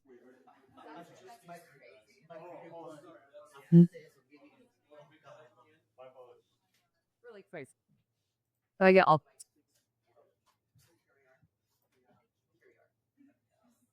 Oh, so that's Ichi. We have a. No, Rick. No, Easter. All right. We fast forward a little bit, couple pages. We're now on this. Well, sorry that fell through. I felt personally responsible. That's good, because you are. We didn't have jump right in. Truth is, it means a lot. You're coming in here, coming up to that. Well, as an analyst, it's easy to get caught up in the numbers. At the same time, not understand the people behind them. I hope you can correct this someday. You're wiser than your years, young man.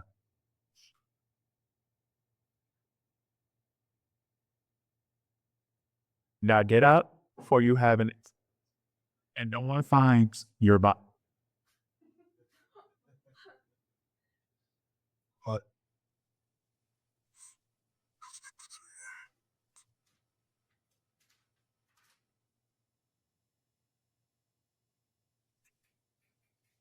Good kid.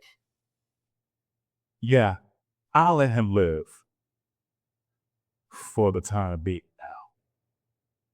Let's get on with this campaign for Mr. Cheap Real Estate and make it happen right now. Okay. What? You heard me. He's still in the building. Find him and Paul if he's around. Have them stand on the giant country jamboree beer guy from leaving. I'll be easier than you think. Then meet me in my office. Happy seeing the Who fella. Yeah, Piper's got her on the sound stage showing her how these do stuff. Okay. I'll go round her up. And get Steven out of here. We're going to be playing rough here, and he's too young to survive it. Besides, it gives Mr. Big Birder less options to eat the building.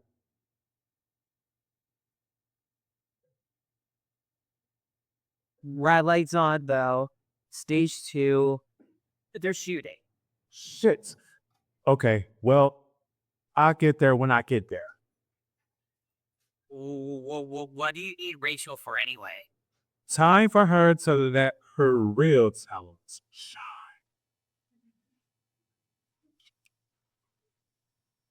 God, I miss this.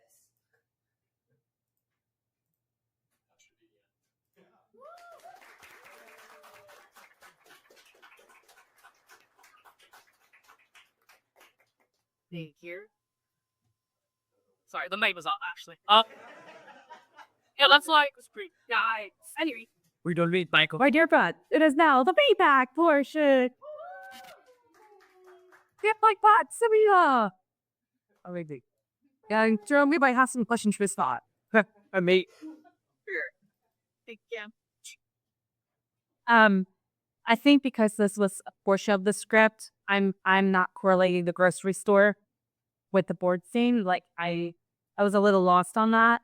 But in terms of going to the grocery store, you guys had a really good dynamic going with that. It was almost its own story. And it was a very good match. I like that very much. I think I would have liked to see a little bit more oomph with the initial part as you guys were in the part that had more tension. When I was reading the script, I felt like there was a lot of tension. But when I was watching it, there was more drama than tension, I guess. Like I would have equated this with maybe a younger group, maybe a very dramatic group instead of a professional group that has whatever it is that they're getting over. I don't know what it is. But you know, like I felt like there should have been more tension, and then almost that deflated balloon kind of let down at the end wherever that is getting along. So I would just do a little bit more of that. I had to say kudos to getting the script like 2 seconds before Astra and like almost being off book, right? They came across really well, and I think we should all applaud our narrator. Would I made this right? At your book, they brought a strip rates, a lot of them, and that should make or break your script. If you have a narrator that you can't understand, that we run across that a lot, or that has no emphasis, or doesn't read well, or whatever it may be, so to have somebody who can kind of follow along the way she did would changes the script as you're watching it as a viewer. There are a lot of times where if I can't understand the narrator, and I don't always get the script ahead of time, where I just was so lost, So I think that's really important, and you did a really good job. Other than that, I would just say if you're getting the script ahead of time, really compare your character a little bit more. I felt it. I felt a lot of confusion from you, like what is going on in this company. And from you, I'm a little bit of secret, like you might kill her on the way home. I don't know what the thing is going to be, right? But that worked out really well. But in the boardroom, it was a little easy. It was a little light. But in terms of the script, it was really well written. I did like the wording. I was just like a little bit more anger, I guess. It's making me this shit up's anger. Okay. Oh.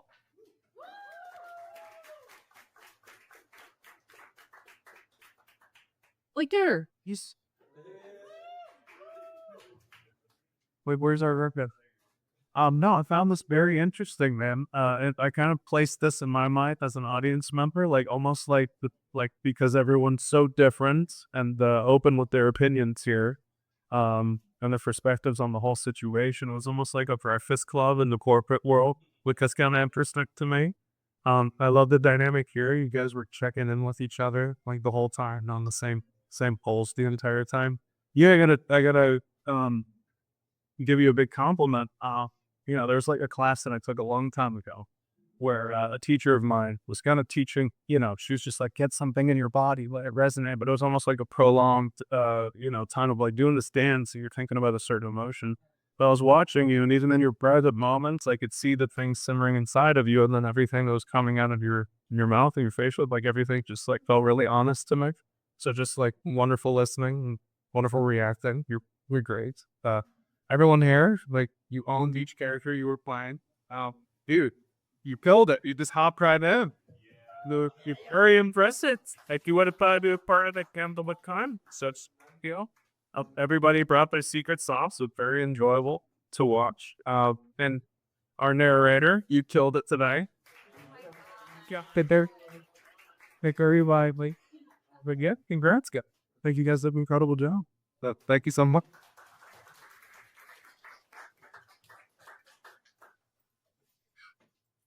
Thank you, Blake, and thank you, Speeda. And now, feedback portion opening to the audience. Does anyone have questions? I know there's like some context missing. For context, like for example, this whole situation where she's like a kleptomaniac, kind of. It's like a running joke. She's like a new hire, right, Skull? Yeah. And they're like constantly accusing her of like stealing things. So like the running joke in the script is that like everyone keeps calling her like a thief, and she's like, she's like the only normal person I think actually at the cohort or something like that. Her what's she? But she is constantly stealing from people. See, she watch always. Listen, so I'm a question. Here we are. Or comments. That's all right. I just want to say I find that very fun that you made it like that. Because I actually believe she wasn't a klepto. So you said it. It was well remixed. I'll go a step further and say too that what Jack says at the end, where she says now let her real talent shine. That's because when she owns into big ones, she picks his pockets. Also, she takes a lot of stuff, so that's what you don't get to see that.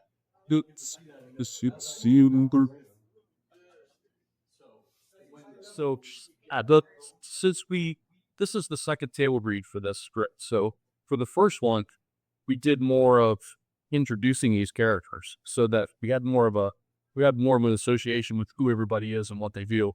And Rachel is certainly a beef, without a pal. It's like trouble. She has stolen our hearts. Does anyone else have comments, questions, concerns? Readers, if you guys also have any like comments about your own characters or anything. Okay, gentleman in the mask, yeah. Just one question. Weird question. Do you have how does the story? Because I like the way it was Spody Bills. You know? How does the story end?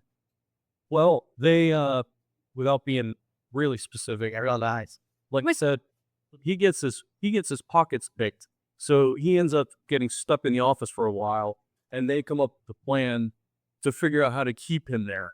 And the bordering tension that plays out before that is kind of crucial to that, because it's these two teams of guys that have worked together many years, but they can split apart for a while. This kind of pulls a band back together. And then they do this crazy ass thing and do a pitch for him to try to keep his business. I can relate to this character. Nice. Any more comments, questions? And you want to give flowers to anybody? Oh yeah. Just curiosity. What is he doing at First Sport? Like, what is his weird commentary towards her? I wanted the way that I wrote the script originally was written as T pilot.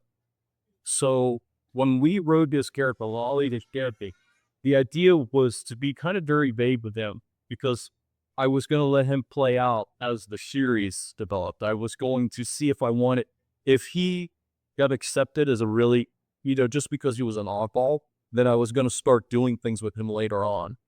He does appear later in the script. They do pull him together at the end. But yeah, I initially just wrote him as a character that you're not sure what he's doing, where he's gonna go, what's hockey's at. Yeah. He's and the weirdness is what I think that's his draw. He's undeveloped, but he's undeveloped intentionally because I was going to do things with it later. Yeah. Let's see. Oh, cool. And then I also wanted to give flowers to Yasmin.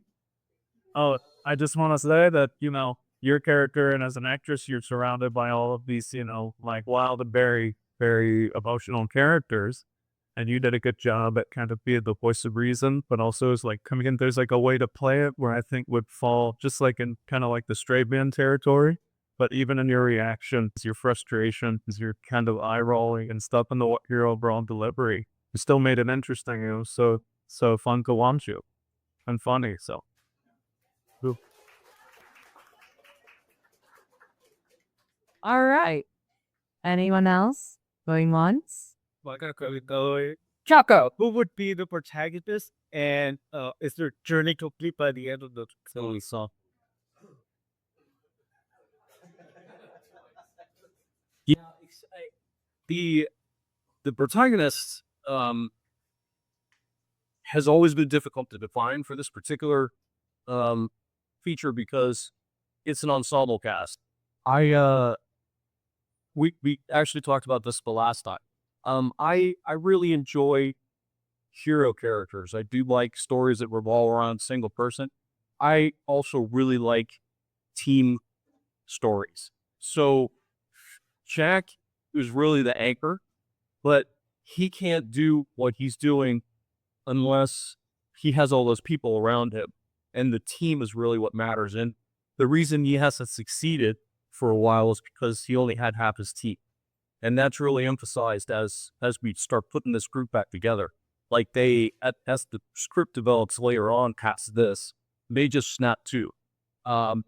There's a couple of movies I use templates for how I really like to make characters interact. One is and this is a really old show, which is called WKRP in Cincinnati. A lot of people just don't know that show, but it's a great show. Okay.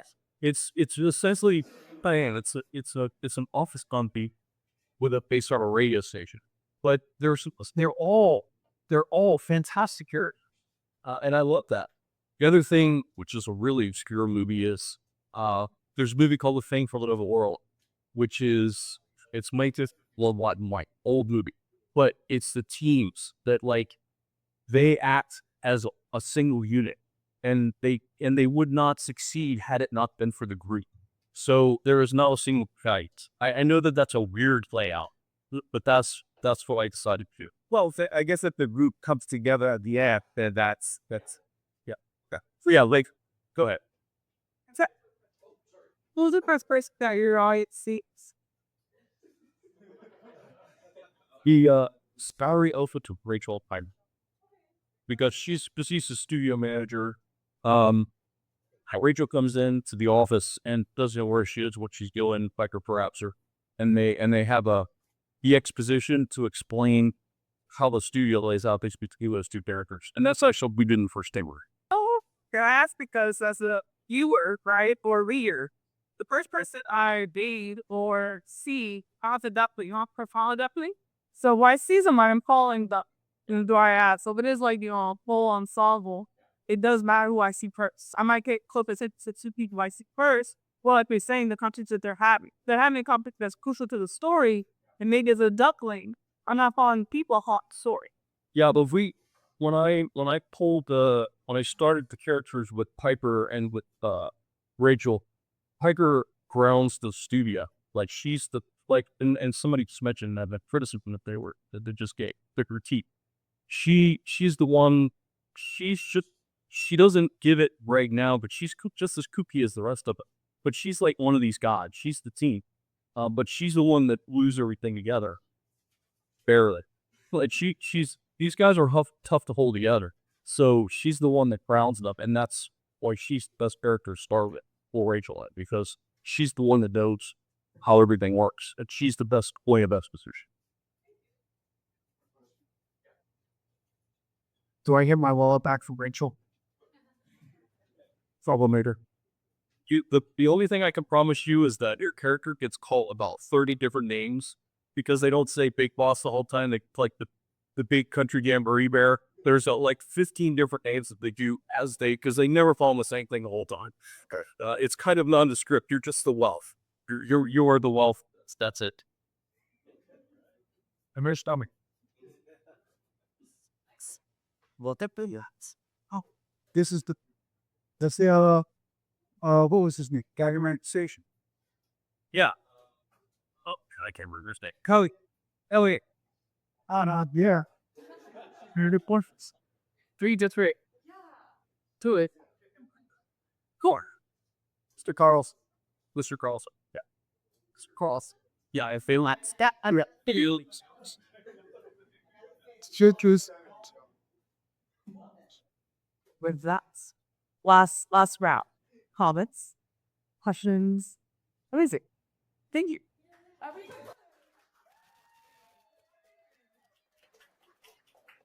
We want you in group photo with our wonderful readers, along with our writer, and then we will also ask the audience members to join us. Everyone, we will all take a group photo as well. Go first, actors. If you could please stand up, stand off stage, push t-shirt.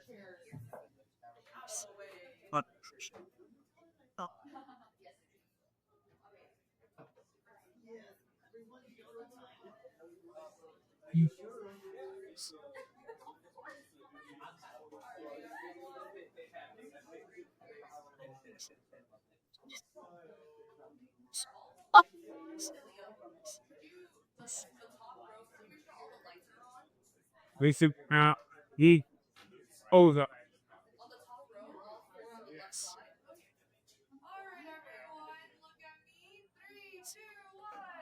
Second one is beautiful, beautiful, beautiful. All right. Now we're gonna take a group photo with everyone else too. We're gonna clear out the chairs super fast. Anyway, volunteer in a contest on sale. Ishi.